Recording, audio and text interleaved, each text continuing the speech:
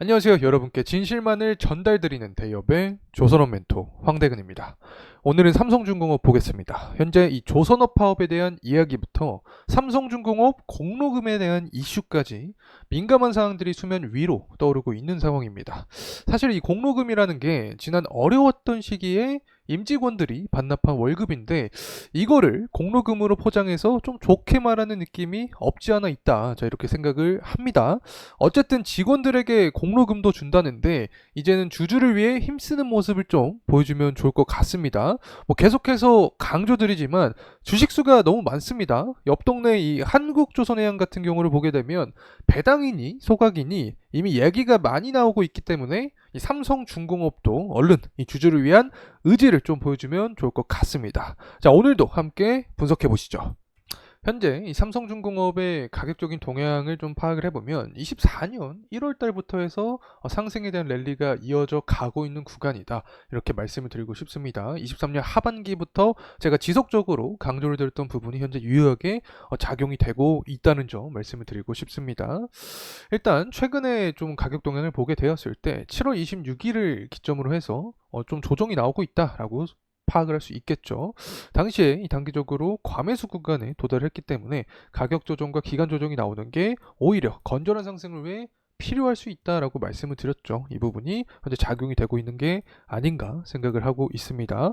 실제로 수급적인 측면을 보게 되었을 때 최근 2거래일 정도는 외국인의 매집세가 나타나고 있는 구간입니다. 하지만 기관 쪽에서는 매도 우위에 있다. 특히 연기금 같은 경우에도 이 8월 9일부터 해서 지속적으로 매도세가 좀 나와주고 있는 상황이었기 때문에 변동성이 존재하는 장세에서 제한폭이 이렇게 수급적인 측면을 통해서도 볼 수 있지 않았나 생각을 하고 있습니다.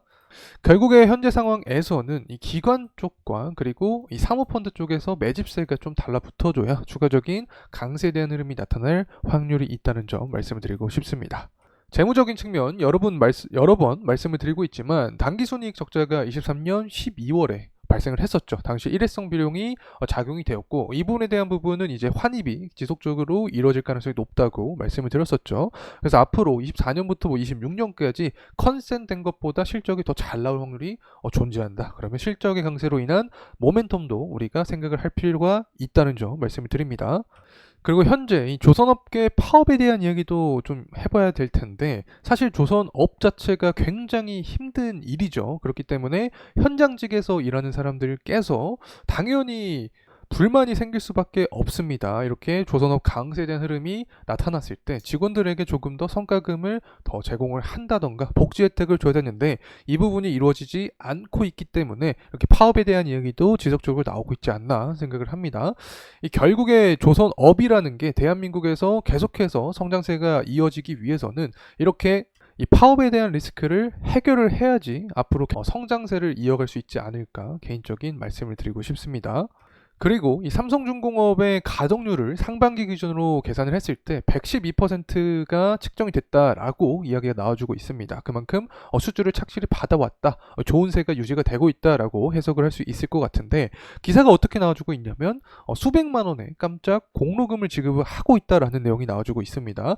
현재 조선 파업에 대한 이야기, 리스크가 작용이 되고 있기 때문에 기사 내용 자체가 직원들에게 공로금을 주고 있다. 긍정적으로 나타나는 것 같습니다. 제 생각으론.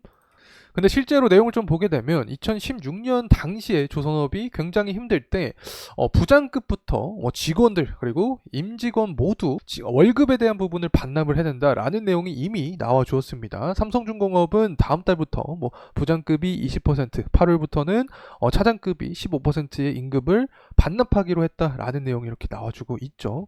그래서 이 부분이 100% 직원들을 위한 공로금은 아니지 않을까 개인적으로 생각을 하고 있습니다. 앞으로 정치적인 흐름에 대한 이야기도 진행을 해보려고 합니다. 결국에 조선 같은 경우에는 정세 분위기, 매크로적인 지표에 따라서 분위기를 굉장히 많이 영향을 받기 때문에 이런 측면을 지속적으로 추적하고 있다는 점 말씀드리고 싶습니다. 현재 폴리마켓에서 보게 되면 해리스 지지율이 트럼프보다 더 높은 상황입니다. 대략적으로 한 54%, 44% 이렇게 지지율을 받고 있다라는 조사가 나와주고 있는데 대선 토론이 앞에 있는 상황이죠. 여기서 뒤집기 위해서는 트럼프가 토론에서 굉장히 잘해야 됩니다. 그렇게 되면 다시 한번 트럼프 테마가 불 수 있다. 사실 조선주는 해리스보다 트럼프가 조금 더 관계도가 있다라고 말씀을 드려왔었죠. 그 이유에 대해서 두 가지가 있는데 LNG 규제 이 폐지, 그리고 한 가지가 중국의 조선산업 제재입니다.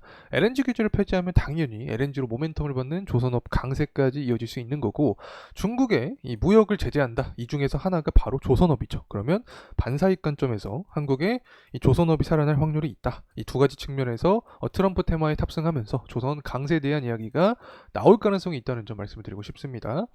그리고 우리가 선가지수도 생각을 해봐야 되죠. 신조 선가지수가 지속적으로 상승을 하고 있습니다. 선별수주 전략도 통했고 LNG 때문에 선가지수가 상승하는 거 여러분도 다들 잘 아실 거라고 생각합니다.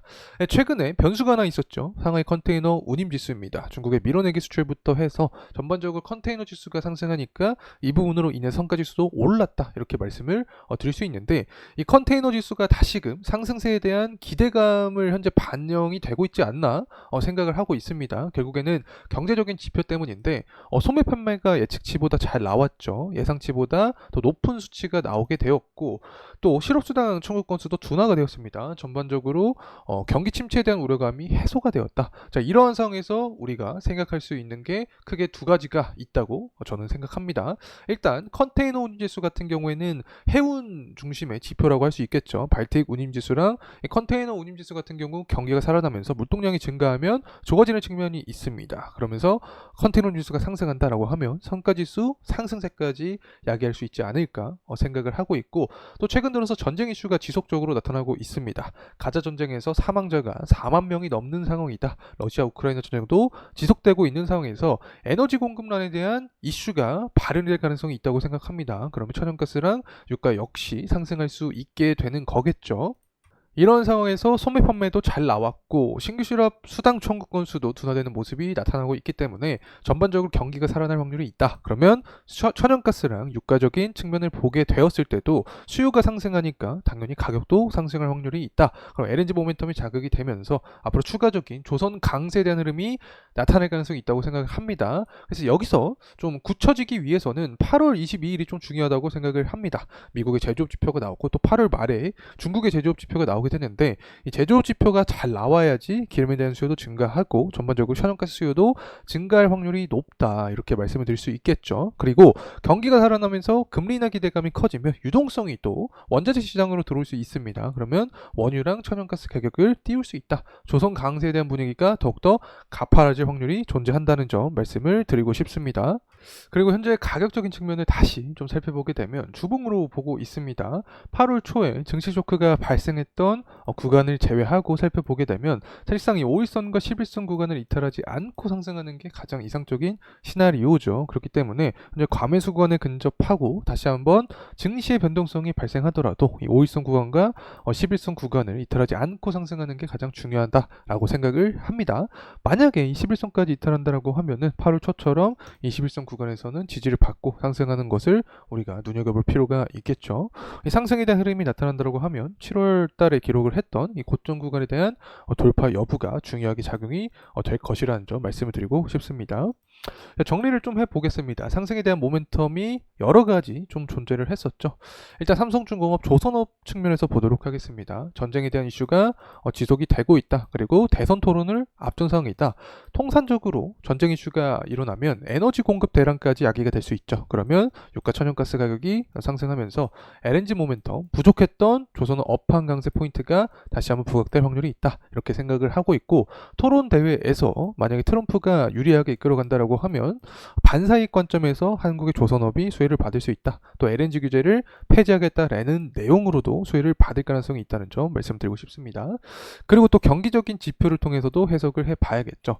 결국에는 경기가 살아나고 물동량이 증가하면 운임지수가 오를 수 있습니다. 이 운임지수로 인해서 이 선가지수까지 상승세가 나타난다라고 하면 조선 강세에 대한 흐름은 더욱더 가파라질 가능성이 있다는 점 말씀을 드리고 싶습니다.